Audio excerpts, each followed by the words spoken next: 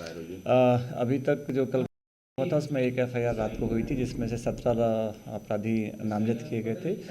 और अभी कुछ शिकायतकर्ता और अभी थाने पहुंचे हैं, तो उसकी सुनवाई हो रही है और भी कार्रवाई होंगी। और अभी तक हम लोगों ने लगभग 12 लोगों को अभिरक्षा में ले लिया है और हमारी पकड़ दखड़ और जो कार्रवाई हैं चल रही हैं। किन धाराओं में मामले दर्ज किए गए? धाराएँ जो है इसमें बलवा, षड्यंत्र और मारपीट, आगजनी सभी धाराएँ लगाई गई हैं।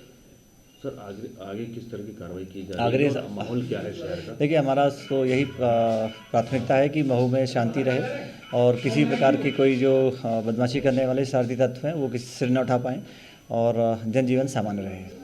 आज कुछ लोगों ने दुकान बंद कराने, बाजार बंद कराने भी निकले थे, कौन लोग थे? ये सर्व समाज के लोग थे, जो व्यापारी संगठन भी इसमें शामिल था और कुछ और संगठन के लोग भी शामिल थे। और इनका कहना था कि ये जो कल घटना हुई है ये दुखद है, ऐसा नहीं होना चाहिए, उसके संबंध में उन्होंने किया है। वस्तुतः आज वैसे भी बाज़ार बंद रहता है, आज महू का साप्ताहिक अवकाश होता है बाज़ार का।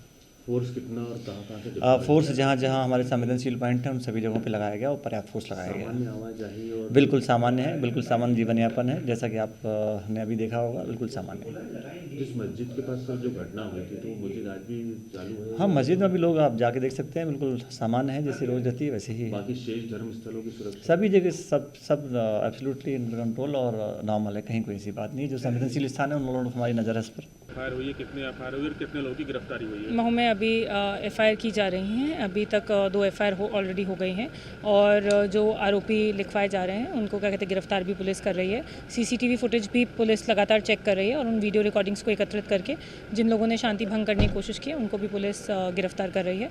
अभी पूरी जो स्थिति है सामान्य है, यहाँ पे शांति बनी हुई है और पुलिस फोर्स पूरी तरह डिप्लॉयड है, सभी लोग यहाँ पे उपस्थित हैं और अभी तक 12-13 गिरफ्तारियाँ हो चुकी हैं और आगे भी पुलिस कर रही है। मेरा नाम मोहम्मद जाबिर है। मैं महू शहर की जामा मस्जिद में इमाम हूँ। मैंने आप मीडिया साथियों को इसलिए बुलाया है कि मुझे ये खबर मिली है सोशल मीडिया से के थ्रू, चूँकि ये बाकायदा पूरे देश में ये माहौल बनाने की कोशिश की जा रही है या खबर फैलाने की कोशिश की जा रही है कि मुसलमान को इंडिया की जीत से नाराज़गी थी और इस तरह से ये मामला बिगड़ा है और मुसलमानों की वजह से ये सब कुछ हुआ है। ये एक गलत बात फैलाई जा रही है और इस चीज़ से हमें बहुत दुख हुआ है। मुस्लिम कौम को या मुस्लिम समाज को इस तरह बदनाम करने की कोई ज़रूरत नहीं है। मुसलमान भी इसी देश के वासी हैं। ये परसेप्शन चूँकि देश में बहुत सारे लोगों ने पहले से ही बना रखा है कि मुसलमान जो हैं वो देश विरोधी हैं, और जबकि कहानी यहाँ पर जो शुरू हुई है वो इस तरह शुरू हुई है कि सबसे पहली चीज़ शासन प्रशासन से जिस तरह की चूक हुई है उन चूकों के चलते यहाँ पर यह हादसा हुआ है। दोनों तरफ के लोगों से की सहमति, शासन की, प्रशासन की मौजूदगी में और बीचवानी में रहकर ये बात रख कर ये बात तय हुई थी कि जामा मस्जिद के इस रूट से किसी तरह का जुलूस नहीं निकलेगा। रात को जो जुलूस निकला उसकी पहली बात तो कोई परमिशन नहीं थी, उसकी कोई आगवानी करने वाला नहीं था, वो एक उपद्रवियों की भीड़ थी। वो इंडिया की जीत के नाम पर मस्जिदों और धर्म स्थलों के बाहर सिर्फ शोर शराबा करना और नारा करना उनका काम था। लोग नमाज से जब निकले हैं तो उस वक्त में ये भी हुआ है कि सुतली बम मस्जिद पर फेंका गया। अब इसका इंडिया की जीत से क्या लेना देना था? क्या मस्जिद पर बम फेंकने से इंडिया की जीत का जश्न मनेगा?